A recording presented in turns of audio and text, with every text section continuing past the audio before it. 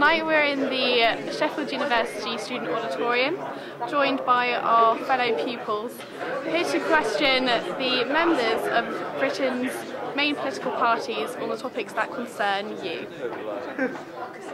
Here at the University of Sheffield Union of Students, Students Auditorium, I am your Dimbleby for this evening. I am the holder of the questions.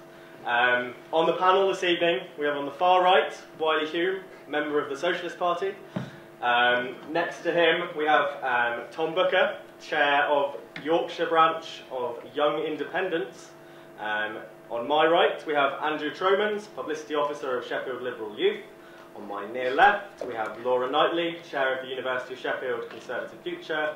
And on the far left, we have Joe Ahern of the Libertarian Society here at Sheffield Students' Union. So without any further ado, moving on to our first question. In the words of the Right Honourable Deputy Prime Minister, to paraphrase, the alternative vote is no more than a pathetic little compromise. Do the panel agree? We're going to start with Andrew. Well, I think really with, can we use the mic? That'd be helpful. I think really with AV, what you've got to see it as a stepping stone. So if you're anything like me, you want PR, you've got to see it as a stepping stone to something else. I don't know if that answers your question, whoever sent that in, but... Awesome. Laura? Well, in all honesty, it is a ridiculous publicity stunt. We don't need AV. It wasn't what they wanted in the first place, and I think it's a complete waste of time to have the referendum on it. Tom, what do you think on this? Well, listen, the Lib Dems, I'm sorry to say, they have sold out on pretty much everything, and this is another one. They're political prostitutes. What they wanted was PR. If they went into coalition, this should have been something that they asked for, and they've just compromised. Yes, it is a pathetic compromise. You're right, though, to say, Andrew, that it is a stepping stone. The last time we had a vote on change to the voting system was back 40 years ago. So if you want a change to the voting system, it would be a good idea to vote yes this time out. Yeah. Joe?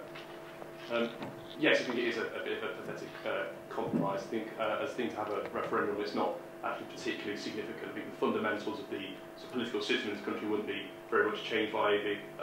I personally will be voting no. I think that the first past the post is a flawed system, but I think AV has a lot more flaws, particularly the fact that I think it violates the fundamental principle of one man, one vote. You know, people who can vote from minority parties, if they vote their second preference votes get counted again, and so I will be voting no. I do think it's a bit of a waste of time. So, Wiley, what's your problem? Well, socialists should always be in favour of proportional representation. So I would never accept any political or electoral system that isn't proportional representation. I think that the reason this alternative vote came up, really, was because of the election last time, when clearly the population in this country had no confidence in any of the three main parties, all preaching cuts to our living standards. And I think that that's the reason why the three main parties were all sort of divided and there was no overall majority. And what alternative vote is a way to try and sort of solve that. The Lib Dems have sort of like got this little fetish with it about how it'll revolutionise the voting system. But what I actually think it does, above all, is it gives a chance for bigger parties to gang up against smaller parties. Because what will happen in the elections on an alternative vote is the big parties, all who are pretty much basically the same, you could barely even fit a Rizla between the policies of the three main parties. What they'll do is, they'll put forward how they think you should vote in the elections, and they'll campaign on, you should vote for us Tories first, then you should vote Lib Dem, then you should vote New Labour, blah blah blah. And inevitably they'll all put socialists at the bottom, and they'll put the far right at the bottom as well, although I think that would be a good thing. But I think what this is a chance for the big parties to gang up against the small parties, and that's why I'll be voting no. So, Laura, on PR, do you think that it should be one person, one vote, or do you think that the PR system is the fairest system for us? Well, of course it should be one person, one vote. No other person's opinion, no other person's ballot should have sort of more weight, more meaning than anybody else's, otherwise we're not a democracy. Any response to that, Andrew? Absolutely. Yeah, okay. While we're on the subject of democracy, do we think it's democratic that in 2005 Labour won the election with only 35% of a 65% turnout. Is that democratic? Proportional representation will do much to reinvigorate people's engagement with politics. They'll actually see their vote means something. They're not just tacitly voting for the best of a bad bunch. I think PR is something we should go for, and AV is an important stepping stone, because I hate to disagree with you here. Well, I don't hate to disagree with you. I love to disagree with you. That if we vote no, the political establishment, the Conservatives, will say to us, "Oh, you vote no on that referendum. You clearly don't want electoral reform." It's an important stepping stone towards PR. I think a vote no is a vote for the status quo and a continued status quo. Any response to that, Wiley? Why do you think that would not be the case? Well, I do think that the Tories would just use that argument that, well, you obviously don't want a small change, so why would you want a big change to PR? My answer would be to that is, well, we want to get rid of the Tories and vote in a party that's going to implement PR. Not that I think that your party are the party to do that. Which party would do it then? Sorry to interrupt you. Which party would do it? Labour clearly did not do it. Well, no, and I'm not in support of Labour either. You know, I'm a socialist, and New Labour are not a socialist party, so I don't support them at all. You know, obviously, I think the Tories would use the argument that you're saying, but therefore, I'm against the Tories. Do you know what I mean? I'd rather get in a party that would actually put PR in place. Tom, do you see UKIP standing to gain from this, or do you think that you'll lose out? Well, there's a subject of divide within our party on this issue. There's some that say that the AV will take away our influence on the Conservatives that we had at the last election. John is very much trying not to express any opinion on his face, but I know he was particularly upset on this. But I think, yes, I think there will be a change to voting perception. People will go. They won't go, my vote will be wasted. Whether the actual theoretical, whether they will be wasted or not, I think is irrelevant, because people will say, it's a change to the voting system, maybe.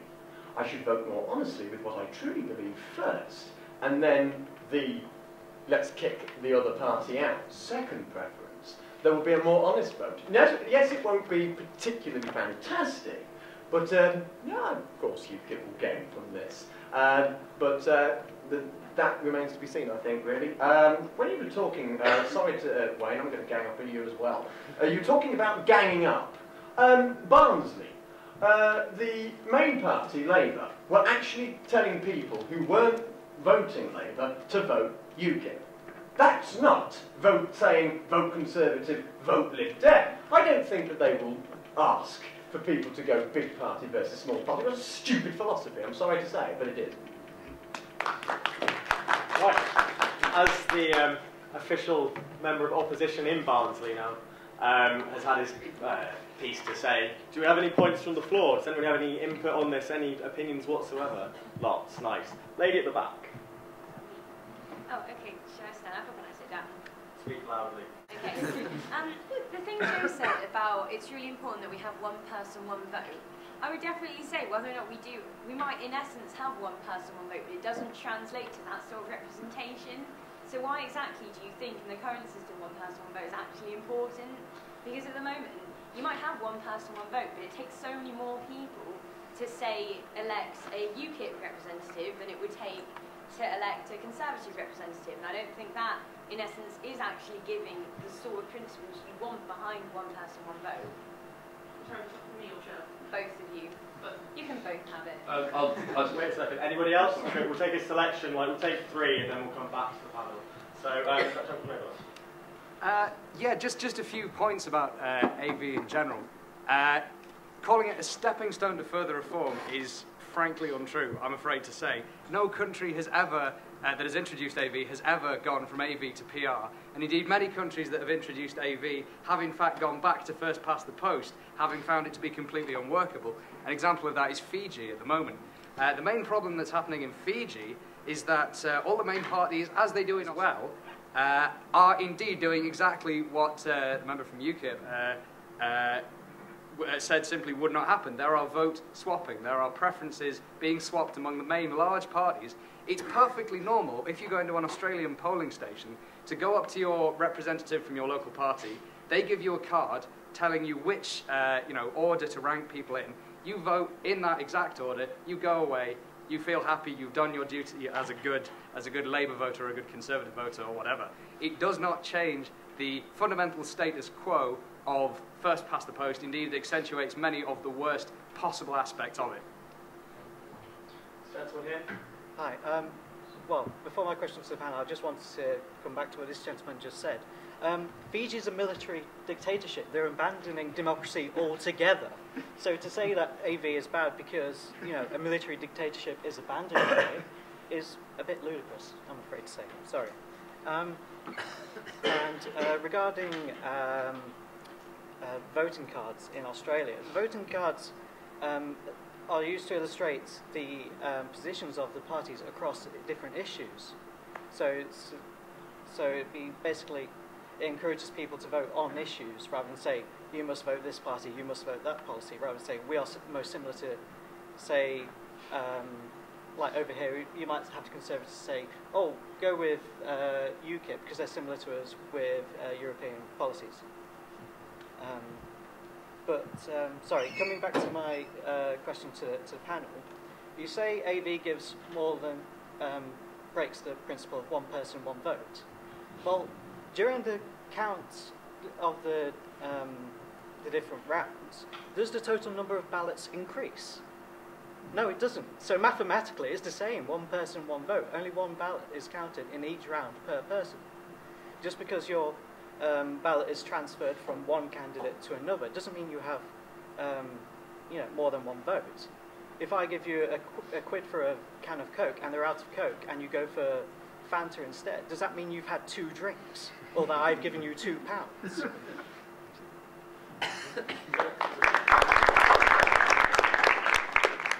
Well, like, it's because, like, say for example, you vote for a minority party, just, you know, your minority party is your first preference vote. Obviously, that gets counted immediately in the main count, and then your second preference is for one of the sort of top 2 parties, basically. Then yes, in a sense, your vote is counted twice because you get to register your approval of the minority party, and then following that, go for your sort of compromise. And the total number counted doesn't increase. In fact, it decreases over time as people don't express preferences. So clearly, mathematically and logically, we cannot say that AV breaks the principle of one person, one vote. Because only certain people's second preferences are counted. That's the point, really, in the end. Yes, but that's